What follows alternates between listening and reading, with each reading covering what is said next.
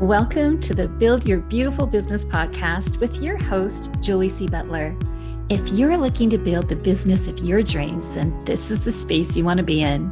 Join Julie as she talks about ways that you can successfully scale your profitable dream business, one that will give you ultimate time freedom and the abundant lifestyle you deserve.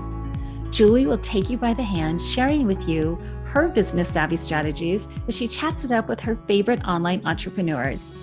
You'll get a weekly dose of boosted confidence as you learn as they reveal their insight, tips, and tools that you need to start building a profitable dream business of your own, one that you'll love and that works for you on autopilot.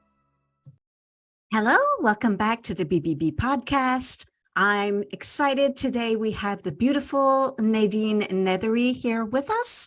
Nadine is the founder of Can Do, content and a strategic website and email copywriter for female founders who want to intentionally attract, delight, and retain their dream customers.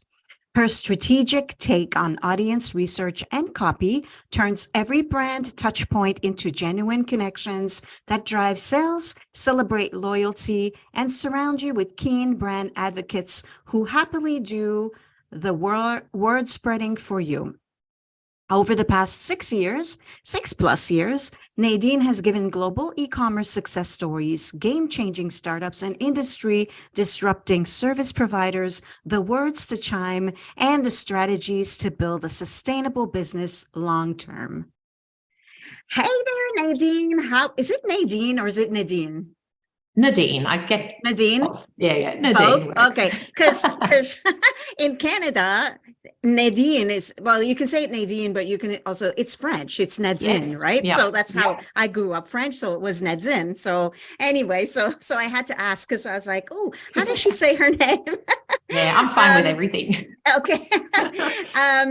So I'm so glad to have you on the show. And today's actually our first time meeting. I mean, I think we've seen each other here and there. Yes, we've crossed paths. But so we were kind of like just, chit-chatting before I hit the record button. And it's always really fun and cool for me to meet someone new and, make that new biz bestie connection, right? Yeah, that's what it's all about. It's my favorite part of doing what I do. Same, me too. I love it so much. And I think that's why I love the podcast so much and why I have guests on the podcast, because this is where I thrive, talking to other people or other entrepreneurs. And I love it so much. So I'm so pleased to meet you.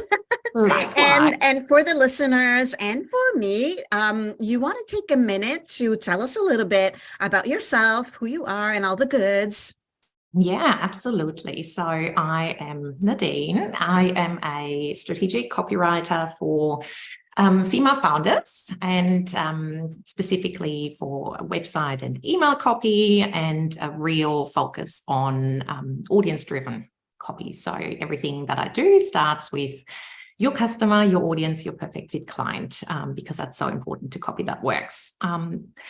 I have been in business for roughly 7 years, full-time since the height of COVID, because, a lot of us went full-time to give it a go. So, it all started as a side hustle because I was frustrated with the corporate world, again, like so many of us. And so many. I had just suffered through a redundancy after being with the same company for 10 years, working so hard, loving my job and, being a bit shell-shocked from that redundancy. It just happened on the phone. My little one was 3 months old at the time, so even more of a shock to the system. And that sent me into a bit of a crisis, doubting myself, my worth, and really looking at that next step. So that job that I came from was in corporate communications and marketing. So I've always been in the world of copy and writing and messaging in general. And it took me a little while to work out that copywriting was what I wanted to do. It went via a detour of content marketing. At the time, social media still had organic reach. Everyone was loving it, embracing it.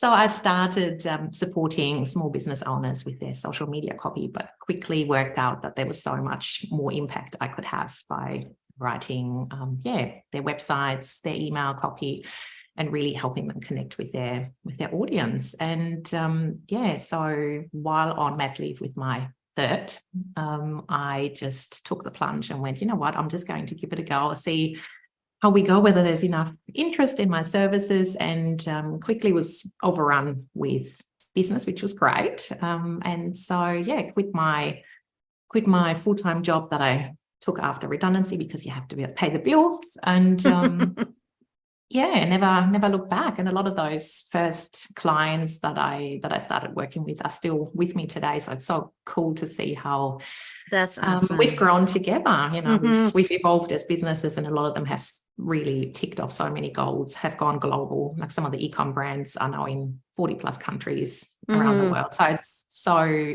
lovely to see that I can have impact with what I do beyond being a number in the corporate system and not really. Right. I know. Really having an impact. Yeah, that's amazing. Me too. I was the same. I was like, I remember sitting at my job.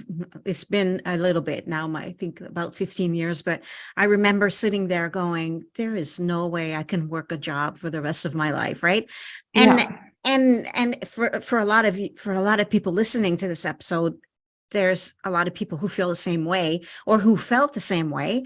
But then there's the others who do like their full-time job. Like one of my friends, she loves her job. She has a full-time job. She homeschools her children, and she has a successful coaching business. So wow. Yeah. So it doesn't matter, right? Like what we like, what we don't like. It's what matters is finding the balance and doing what we love doing. So but that being said, copywriting is important because it can make or break your business.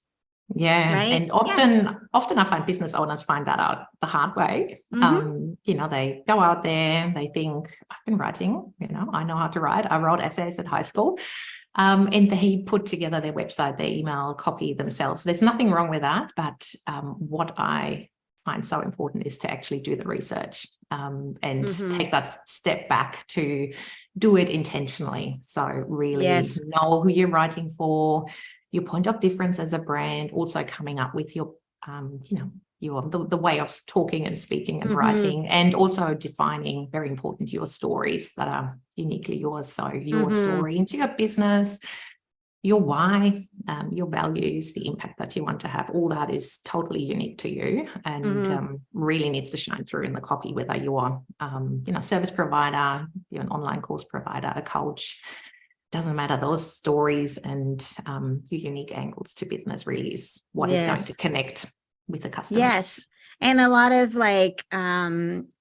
it all goes into the psychology, right? Like I'm learning more and more about that too now. Like your brand, your messaging is so important. And so I'm truly excited because today we're going to talk about how truly getting to know your audience can help you nail your messaging, grow your business, and save you a ton of time and energy, right?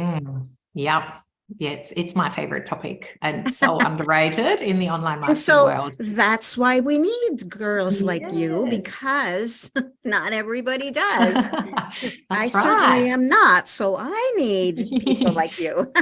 Yes. And it's so easy to implement as well. So everyone thinks, audience research and actually taking that step back takes a ton of time and adds to your to-do list. It doesn't. And there's so many smart ways to really automate and integrate it into your business nowadays. Yes. And I think also, like, if you do the work in, like, at the beginning, it's can be a lot of work and not hard, but maybe a little bit. But then all it needs in like the future, because like everything in our business, it always has to be tweaked and finessed as we grow, as trends change and all the things. But the thing is that once it's done properly, then that's all it's going to need in the future is tweaking, finessing, kind of like refining, finesse, like as we grow, as our business grows, as times change and all things. So I think that, once you have it done, and also you can use it in so many different places in your business, right? Like, so for example, I know myself, like I have my program and the sales copy on my sales page for my program. Well, I use it in everything. Like I Yeah. use it in my emails. I use it in social media. I use it so it's not like you're doing it and it's only going to live in that one place. It can live in many places. It can be repurposed. It can be, you could do so much with it, right? Yeah, and it really educates everything you do in your business. As you said, as your business evolves and as your business grows as well, it can even give you ideas for new products, new courses that you're offering to tap into, a quick win that your audience needs to fix XYZ problem. So it is not only important for your messaging, it really helps to speed up your content creation, gives you ideas, and makes marketing and showing up consistently so much easier. Yes, I love it. Okay, so let's talk about this. So why audience research is so important at the start of your business journey and every time you're considering launching a new offer. And I think this is the thing we resist the most, right? As an entrepreneur, I think I resisted, getting to know my audience and all of the stuff when really it's no wonder they talk about doing this homework in every single program that I've ever joined, right? Yeah. But we resist it so much, but it's so important, right? And it's so easy to skip because you go, well, I know my audience. They're 30 to 50-year-old women. They live in, let's go with my example, in Sydney. They've got 2 kids. That's great. It's a great starting point, but it doesn't help you with what's actually happening on a daily basis in their lives, what keeps them up at night, what they're struggling with, the one thing they want to fix immediately. And really knowing everything that's happening in their lives, the way they talk about their problems is going to help you stand out to begin with in a world of AI and ChatGPT. So it's even more important nowadays. It also helps you lead with empathy and really, get your reader to nod along and go, oh my God, this is specifically designed for me. She gets me. She knows what's happening in my life and I need this, whatever she's offering to fix my problems right now. So it really helps you join the conversation that is happening in their mind right now. And it makes it topical, relevant, and specific. Exactly. And then you can use this in your emails and your social media and everything has to be relatable. Like if you want to really reach your ideal client, you have to do this. We have to do this. And I'm looking back and sometimes I'm like, okay, what made me make this purchasing decision, right? Like think about these things. And why did I buy this program that I bought? Because of the way I felt when I read the copy, when I watched a masterclass, whatever it was all because of the way it made me feel and the business I envisioned because of the results that I could get by joining this program, but it was all attached to the messaging and the course creator, the program creator, knowing exactly what I wanted, what my problem was and how to fix it, right? So it's key. It's so key, right? Yeah. And that's where it's so important to, again, not speak to everyone. Everyone is not your customer, to hone in on that one particular person because, spraying your messaging and hoping for the best, hoping something sticks does not work, especially nowadays where, there's so many messages being thrown at us. Our inbox is overflowing. We all have signed up to lead magnets, freebies, etc. So you really need to speak to that one person and connect on a deeper level and be hyper specific, hyper relevant to actually get that purchase because there's so much choice out there, and to truly stand out, you need to connect to those emotions, as you said, and be specific, relatable, and permission to be super specific, right? It doesn't matter if you think that person that you want to serve is such a small percentage, because what's going to happen is that in result of you speaking to that small percentage of people that you think in your mind is a small percentage when really it's really not.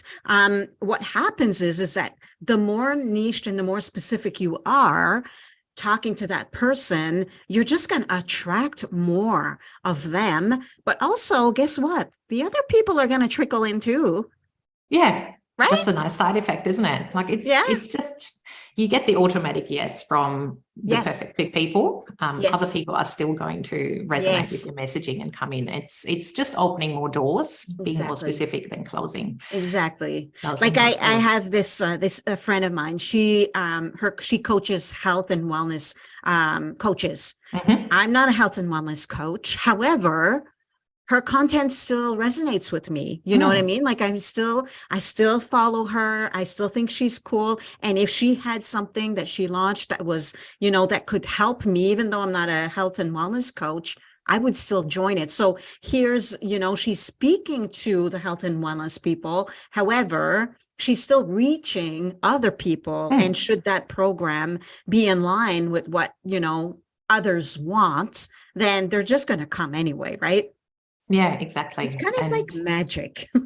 It is, isn't it? And yeah, I don't know, connecting on a deeper level with your audience really should be part of everything you do in your business. It makes marketing so much easier, so much less, less sleazy, less yucky, because you're not actually pushing a hard sell. You're just helping them on their journey, one step at a time, also to that purchase decision. So they're coming to that conclusion that you're the right fit by themselves, rather than you having to go buy.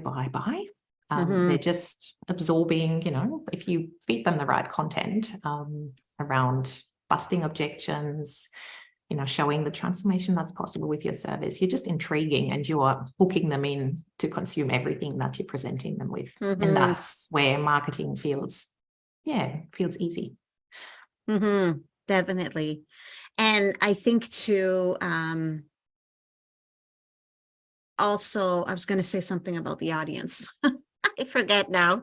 I'm like, you're listening and then a thought comes up. I should really have a piece of paper and a pen beside me. It'll come back. It'll come back. It will. It will. Oh, right. I was going to say sometimes we have FOMO, right? Of not being super specific with our audience. And I think that can be that can not serve us, right? Absolutely. And I don't know, like even content, we're jumping on the bandwagon to follow other people, serving how-to content, the teaching content, because everyone does it, right? There's 7 tricks to do X, Y, Z. When really the content and the type of content that connects with people is that emotional content, the storytelling, where you are tapping into the thought processes. So people don't need educating. I'm a strong believer, they're not here to hear tips from you. They actually want those aha moments and the deeper connections that come with your content. So, just tap into. I love this. This is a refreshing thought, because like, you hear it all the time, serve, give tips, right? And so it's refreshing to hear that. And you're so right. Like, they want to have the relatable stories, or they want to know what's happening in your life. And so we don't have to always constantly be leading with, oh my God, I got to come up again with more tips and tricks and serve them more with more trainings and information. And because it can get overwhelming, right? Like, it can get really overwhelming. And, for those especially who, we're at a place where we're not yet in a place where we can hire social media managers, because, like, they cost a little bit. And right. And so, and for good reason. But if we're not there yet, and, we are told that you have to come up with, so many pieces of content, content that does this and content that does that, and go and create carousels and reels and all the things. And it's overwhelming. And I think, like, I can speak for myself when I say that, because I was overwhelmed at all the things, I just didn't do it. Right. And I was like, you know what? I'm like, because I was working on I mean, I was working, and I'm a nerd by nature. I love working on my website and I love working on the tech in the Yeah. background. So that's kind of where I hide. But where I fall short is, all of that social media that we think we need to create with the tips and the tricks or not tricks, but tips and tricks. Yeah. And, quotes and the content that is, yes, okay, I think we do need that, but I think that I love your take on that. I love that, no, you can also be relatable and we can be who we are without always having to feel like we always have to teach something. Yeah, absolutely. And I think if you can focus on a few posts that are really hard-hitting, Yes. connecting on a deeper level, that takes you much further than 7 how to do XYZ posts a week. Especially, again, coming back to AI, everyone is embracing AI. What is going to make you different and connect as a brand in an age of ChatGPT that can easily spit out, a how-to list for everyone that sounds the same, looks the same for everyone, is your stories, your opinions, your experience that you have lived when it comes to your expertise. And that is your point of difference, not your 7 tricks that, let's face it, your audience probably already knows deep down. They just don't know how to action it. So it's all about your stories, your unique take on things. And that's what's going to give you that point of difference in the future and true connection points with your audience. And ChatGPT can't do that. No, I actually, funnily enough, asked ChatGPT the other day. Did you? I haven't embraced ChatGPT yet. I used it for I have to, as a copywriter, you sort of have to be into it and suss out what it's all about. But I actually asked ChatGPT, what are your limitations? And it openly, came up with a long list of things. And one of them was that it's lacking emotion and empathy. So what is going to give you that point of difference is your emotion, your connection, your unique take on your audience. So if you can infuse that, even if you're using ChatGPT, because let's face it, it's going to make life easier when it comes to ideas, first drafts, all those things. It is about infusing your stories into it. And again, your audience insights, so the words that your audience is using to talk about their situation, their problems, their headspace, and then tweaking what ChatGPT gives you to bring it back in line with your brand voice, because let's face it, there still are some tweaks to be made. And actually adding in those statements, those sticky terms, as I like to call them, that statements that your audience gave you that are just too good to, for a copywriter or ChatGPT to come up with, because they're just so tangible, so relatable, and so amazing. So focus on stories, your opinions. That's what's going to make you stand out on social media and on your website, everywhere, really. Yes, yeah. And I think it's very important now to infuse everything we do with our personalities. And I know I've started doing that a lot more over the last 6 months, and I can see it's makes a difference, because I don't know, I can't explain it, but it's almost like I feel like I'm more it's more in alignment now, and I feel more confident. I feel more confident because it's almost like I am myself authentically throughout everything that I do. In the copy and also in the imagery, right? Like using fun pictures on even my checkout pages and stuff like that. But I'm going to say I did use ChatGPT. I wanted to do a quick sales page for, I have Stripe card templates, and I'm like, I'm so not in the mood. Let's try this ChatGPT thing. It did a pretty good job. And I, infused it with some Julieism. And I think it's pretty good, but I haven't, that's the last time I kind of went into it. I tried using it for something else the other day, and it just wasn't capturing what I needed it to capture. And so I ditched it for that. But I think I was working on a tagline or something like that. So sometimes you just have to really just sit down and, do the work, because it's not really picking up what you want the messaging to be. So, but I'm sure we could talk about ChatGPT all day, right?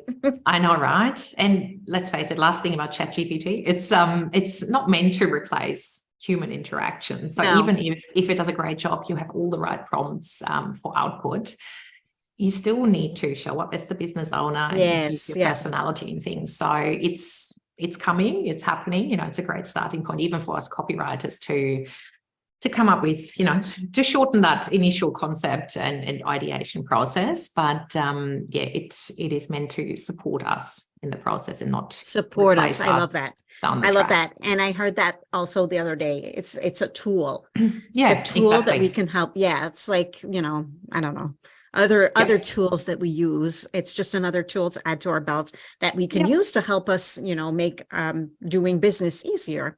Okay. Even, free up time for creativity. So cut out that, hand over all the boring tasks. So you have more time to think and focus on other bits of your business. Yes. Exactly. On the things that are zones, that is our zone of genius. Yeah. Exactly. Okay. What else do I have here? So clever ways to make audience research a regular part of your business processes. Because let's face it, who's got time to do it manually when you can automate? That's right. We're all busy, right? Like you're a mum, I'm a mum. I don't need more time on more things on my to-do list. So I'm a big believer in making your life easy. So great ways to collect data on a regular basis. Once you have ticked off that initial big, data collection piece, your initial survey where you start from scratch, potentially before launch, is incorporating it into your onboarding process and your offboarding process. So as a service provider, simply ask some very strategic questions in your onboarding survey. So you capture their current state of mind. So, why they came to you in the first place, what transformation they're hoping for, what made them actually reach out and consider now as the right time to book you in. And then also at very strategic points in the offboarding process. So as a copywriter, for my copy to really have impact and show results, it usually takes a few months. So between me handing over the copy, it actually being in the welcome sequence or on the website takes a few months. So when I hand over the copy, I try to capture that immediate quick win transformation, those exciting aha moments that came with it. But I don't actually touch on the big picture transformation. So the questions that I ask in the immediate survey after is just around, like, how do you feel now having that copy in your hand? What are some of the immediate mindset shifts? What shifted from X, Y, Z, the reason why you're reaching out in the first place. And then 3 months down the track, again, it's all automated in my Dubsado. I send out another survey, checking in to begin with, because human interaction, I genuinely care how it's going. But I have a handful of questions, again, to go, in numbers. If we're looking at numbers, how have your open rates transformed? Your sales rates, your conversion rates from your website. So I can then use those tangible results in not only my audience insights, I can use it in my messaging on the website. So rather than going, I gave them more confidence to show up, I gave them more clarity, I landed them more clients, I can put real numbers to it. So, their conversion rate went from 5% to 20%. They landed double the amount of clients they did than with the old website. So it makes it all a lot more relatable. And the good thing is, once I piece those 3 separate surveys together, I have incredible testimonials that I can add to my website. So it helps them relive that experience, the whole experience with me. So you're talking from, the mindset before, that pressing problem, what was keeping them up at night, to the quick win. So, let's say working with Nadine literally gave me new life. Like, I love my new copy and it's speaking so well to my new audience, or like my perfect fit customer. And since launching my new website, I'm landing 90% of my clients and they're basically sold before even talking to me, because the website speaks so well to them. And this testimonial is so much better than the usual testimonials you get. Like, I know, Nadine was really great to is. work with. She was fun. Her website is colorful. It's not good Yes. to anyone. So No. you're sort of, They're more like generic testimonials that you can pretty much use for anything you do. exactly. And, it's good that I'm nice to work with, but in the end, you care about the results that my copy is getting you. Yes, right? absolutely. Yeah. So it just makes it so easy to capture not only fresh insights that you can use in your copy and your messaging, even in your discovery calls, all those problems and the struggles that they're having, you can speak to in your discovery calls to, again, show that you really get your perfect fit customer. Yeah. I love that because, and I've seen that before where I bought something and right away I was directed to a survey. And I was like, right. So you're excited that you bought the thing. So you're because you're still excited, you fill out the survey, especially if it's only a quick few short questions, right? Oh yeah, I can answer this, right? And so I like that. And I think it's something that, most of us don't do. And this is what a great way to get more research, like you're getting kind of like free research, sort of like you don't have to go, send out the survey, because getting testimonials and information from people is like pulling teeth. It always is. I don't know why. I'm always like, you know what, I love having testimonials, so yes, I will give you one.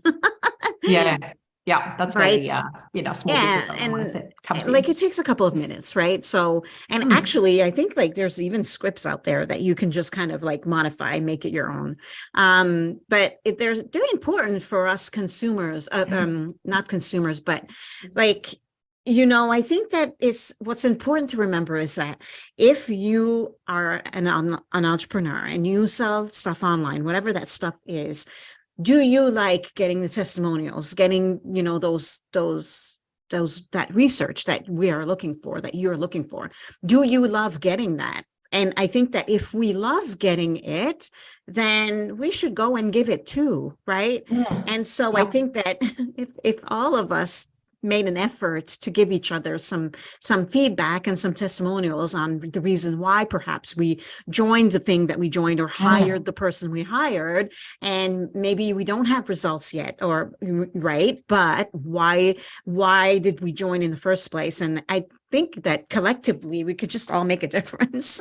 Yeah, absolutely. And as you said, we love receiving testimonials. We know how much of a difference it makes to someone's credibility and trust with other people in the audience. So let's just return the favor. And one thing I have that really helps me get people to complete the survey, because even then, you've moved on, we've completed the project. I know. I'll come back to this later, and then the page is not there anymore. Exactly. But it's all about framing the importance of completing the survey. So in my email that I send out with the form, the quick survey, after working together, I literally remind them that for me to serve my clients better in the future, I need their insights and their honest, raw experience with not only what I've delivered for them, but also the whole, onboarding process, offboarding process, etc. So framing it in a way that makes them realize that actually, it's helping people like me, fellow small business owners, to have a better experience. Makes it so much more relatable and gets them across the line. So rather than going, can you just complete this for me because I need it? It's thanking them and making them feel like, you're obviously my perfect fit customer. I love working with you. So I want to work with more people like you. And to make that even easier, could you give me your quick 2 minutes to help me improve my services? Yes. And my surveys have probably 90% completion rate because of that. That's because good. I just frame it in a way. Plus, I can obviously bring it back to the importance of audience research, because my projects start with audience research and they've just seen the transformation and the aha moments that come with it. So they're more inclined to return the favor. I love it. I'm going to use that. See? Yeah. Okay. What else? how audience research can help you better target your marketing efforts and increase sales and brand affinity along the way. So Mm. I think we already touched on it I think to so. an Yeah. extent. Sometimes I'm like, I have a list of questions here, and then sometimes we kind of already like talked about it. And I'm like, oh yeah, we already talked about it, but that's okay. Maybe you wanted to add something. Right. Yeah, definitely. Because even speaking to how like other ways of tapping into those insights, and how even some of my clients have used it. So I've just worked with a lady. She's launching a travel community for single parents, because they obviously have very specific needs that me as a married woman didn't realize existed. So we put together a survey that we spread everywhere. So she hasn't launched yet, clearly hasn't got her own customer base to ask. And we just put it out into online communities where, single parents likely hang out. So I posted it in business communities that I'm a part of. We linked a small reward to completing the survey, because there obviously isn't that affinity and the connection with the person sending out the survey. So we just gave away a $50 gift card to, their brand of choice or charity of choice. So one among anyone who responds.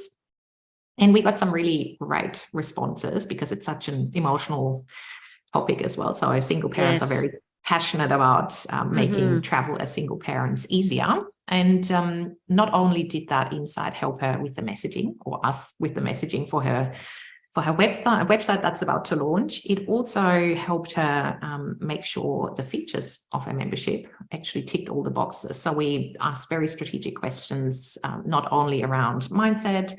We threw in a few extra questions around, if there was a membership that made travel easier for single parents, what were the musts? What are the musts to include? And, if you have used services for single parents before, or you have, used service providers to support you in organizing your travel as single parents, what went well, what didn't go well, because down the track she's looking at also, helping them organize trips. And those insights were priceless. Some of the things she had already ticked off in her membership features, but others were those aha moments where she goes, oh, that's genius. I didn't even consider that, but obviously. So we made sure that's included in the website copy. She's including it in the features. So the insights in that one survey has made sure that what she's launching ticks all the boxes for the right people, her perfect fit audience. And another example as well, where audience insights come in handy, particularly if you're trying to change a niche, is a client I worked with recently. She was fully booked as a bookkeeper, but as a mum, just wanted more freedom, more time, and was looking to shift into virtual CFO work, where, she wasn't working 9 to 5, which she tried to get out of. It was more about, higher value packages with less clients. But the problem was that none of her customers were actually the right fit and had the budget to upgrade to her new type of work. So again, we had to come up with research, so her messaging would speak to that new demographic and tap into a new audience that basically was non-existent, wasn't necessarily following her on social media. And again, we came up with a survey that we posted in all the right online communities, and also added some qualifying questions in the survey to help us work out the different mindsets. So the first question was, have you worked with a CFO, virtual CFO before? Are you considering it, or you have no plans, you have no idea what a virtual CFO is? And that then branched the survey out into, different follow-on questions. And it was super insightful how these different groups were not only attaching a value to the service that she was going to provide, but also price tags. So we just asked one open-ended question without tick boxes that, if you were to work with someone who was to provide you with XYZ service, so, financial planning help, clarity around your numbers, all the things that she was going to provide, how much would you be willing to pay per month? And it was incredible to see the difference between people who had worked with a virtual CFO, who obviously saw the worth and had a matching price tag. They'd be happy to pay for it, compared to people who didn't even know what a virtual CFO was. So there was this big gap between what people are willing to pay for a virtual CFO once they've seen the value, and someone who has no idea. So that really helped us in educating the content that she had to put out, and highlighting the value and the transformation and the benefits that come with a virtual CFO compared to a bookkeeper. So really closing that knowledge gap and that perceived value gap. And so besides the copy, so it helps me write the copy, it also gives my clients the clarity and the direction for their content creation and the type of content they need to put out to help people realize how genius they are and how invaluable they're going to be for their life or for their business. I love that. And you brought up a point that sometimes we launch something, or we create the website, and then we invite all these people to come, and then we don't make any sales and we think we suck, when really we haven't done the research, and our audience is completely wrong for our offers. And so A, either we change the offer, or B, we go find our audience. So that's why doing this is so important at the beginning, because you can make sure that you don't run into this problem. And then if you run into the problem, having had done your research, then okay, maybe my copy needs some finessing, some tweaking, that kind of stuff, which is typically, sometimes, I think it's very rare that it's success right out of the gate. Like oftentimes we have to tweak a little bit the messaging, or the name of our thing, or the tagline, right? Yeah, and that's where fresh insights with particularly online programs after every round are so important as well, because finding out why people didn't join to begin with can be a quick and easy fix for anyone who clicked on your sales page. That can help you address those problems by either tweaking your offer or tweaking the messaging on the website, addressing objections that actually are no problem. And it can also help you tweak your copy. So with every intake, you should take the time to gather new insights. Again, you can do that on autopilot, send a survey, as you said, and then actually take the time to look through it, take those few points, tweak, see how that goes, and keep improving, because online business stops evolving. And I love that too, because when you're doing the survey like that, why didn't you join, or whatever, that can also help you, pinpoint what the objections are, and address them before the objections come, right? Like, because we can do that in different forms. Yeah. Amazing. Wow, that was so good. And I know we could keep going all day, but we're not going to make this a 5-hour podcast episode, but you have an amazing freebie. It's the 10 strategic survey questions. Tell us about that and why everybody needs to download it. I'm even thinking, I'm like, wow, that sounds delicious.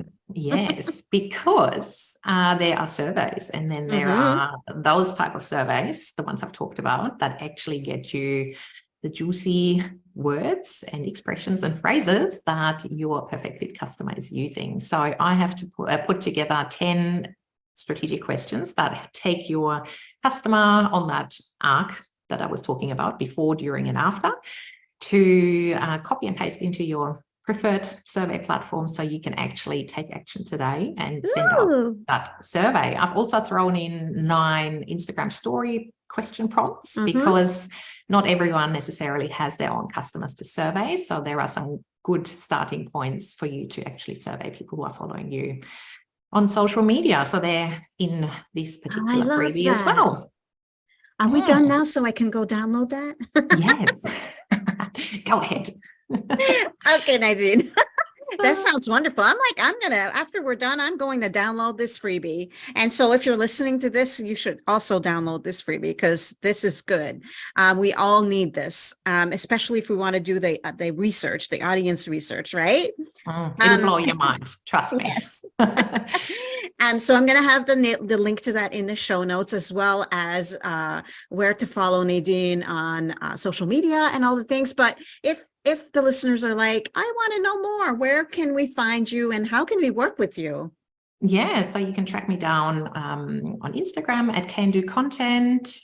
That's where I usually hang out. And if you want to work with me, I have various options where you can DIY your own audience research via my audience success formula. You can also hire me, obviously, to do it for you as part of my copy intensive, where we take that step back.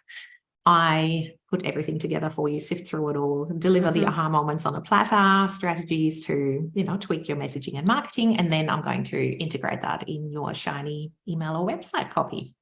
Awesome. So I'm going to have all of those beautiful links for you in the show notes, so you don't have to go looking for them. You can just click on them. I know. This has been great. I enjoyed so much our first meeting together, hopefully first of many. Yes. Even though we're in funky time zones. Yeah. Right. Crazy. Well, I mean, we can still hang out. It's just early for you and later for me. That's all. Exactly. I'm going to have my second coffee of the day now while you clock off. Yeah, no coffee for me at this time. Drinking water now. Too late for coffee. I think I'll be up all night, and nobody wants that. No, we all need a good night's sleep. We all do. That's right. Yeah. Well, thank you so much for being on the show. I enjoyed our conversation so much. The information was so great. Thanks so much for having me, Julie. It's so good to connect face to face. I know. Yeah. I love it. And if you are listening, I will talk to you on the next episode. See you soon. I hope you enjoyed this episode of the Build Your Beautiful Business podcast. If you did, please make sure to subscribe, rate, and review the show on Apple Podcasts or Spotify. Julie's included a link in the shows to make it nice and easy for you. And if you want to create a beautiful, profitable business of your own, make sure to go unlock your access to Julie's 6 must-have resources for female entrepreneurs. These resources will help you build and grow your business with simplicity and ease. You can find them at juliecbutler.com/freebie vault. We'll see you in the next episode.